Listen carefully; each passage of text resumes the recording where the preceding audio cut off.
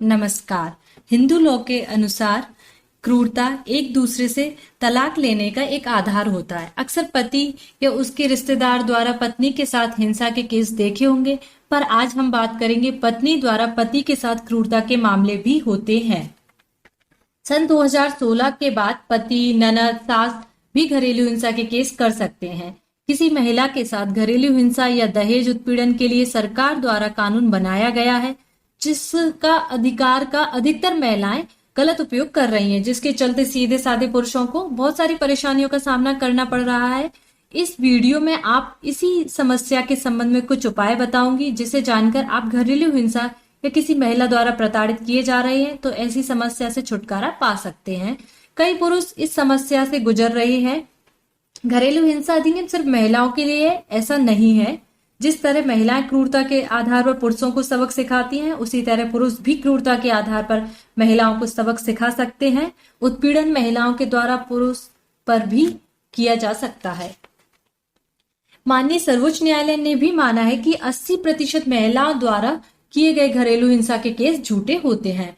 शारीरिक क्रूरता या मानसिक क्रूरता। शारीरिक क्रूरता में पति के साथ पत्नी द्वारा मारपीट करना, शारीरिक हिंसा करना, शरीर को क्षति पहुंचाना। इसके लिए आवश्यक है कि आपको साबित करना पड़ेगा कि आपके साथ शारीरिक हिंसा हुई है, एविडेंस देने होंगे। मानसिक क्रूरता, आत्महत्या करने की धमकी देना, दहेज केस करने की, पति का इम्पोर्टेंट होने का बेसलेस एलिगेशन लगाना, या मानसिक क्रूरता माना जाता है। कई केसों में ऐसे इल्जाम देखे गए हैं, इनको भी साबित करना जरूरी है। अभी हाल ही में माननीय सर्वोच्च न्यायालय ने कहा, अगर पत्नी पति से कहती है कि वह अपने घर वालों को छोड़कर अलग रहे तो यह भी पति के प्रति क्रूरता मानी जाएगी। पत्नी पति के परिवार वालों के सामने, पत्नी दोस्तों के सामने, रिश्तेदारों के सामने अगर अभद्र भाषा, गाली गलौज की भाषा का प्रयोग करती है, जो पत्नी का यह व्यवहार क्रूरता का व्यवहार माना जाता है। सुप्रीम कोर्ट द्वारा जीबीएन रामेश्वर राय वर्सेस जी जवेली के केस में निर्णय दिया कि पत्नी पति के दोस्तों के सामने अभद्र भाषा प्रयोग करती है या पति अपने पति के साथ बेड शेयर करने में इंटरेस्टेड नहीं है तो यह पति के प्रति क्रूरता है।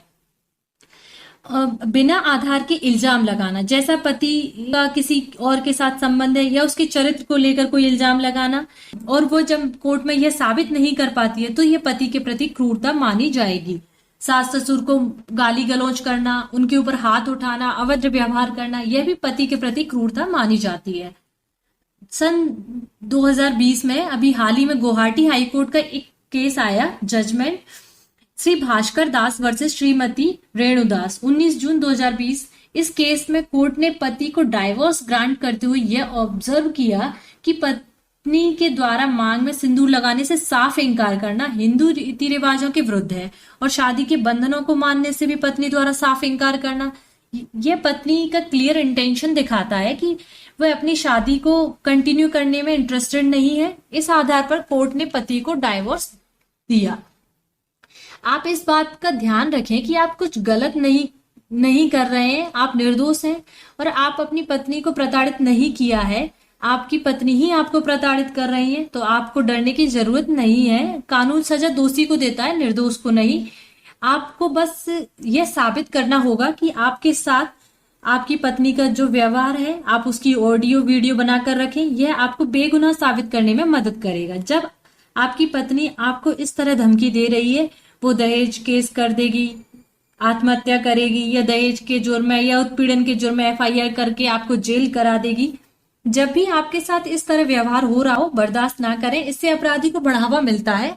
आपको डरने की जरूरत नहीं है। अपने आप सबूतों के साथ पुलिस स्टेशन जाकर एफआईआर कराएं।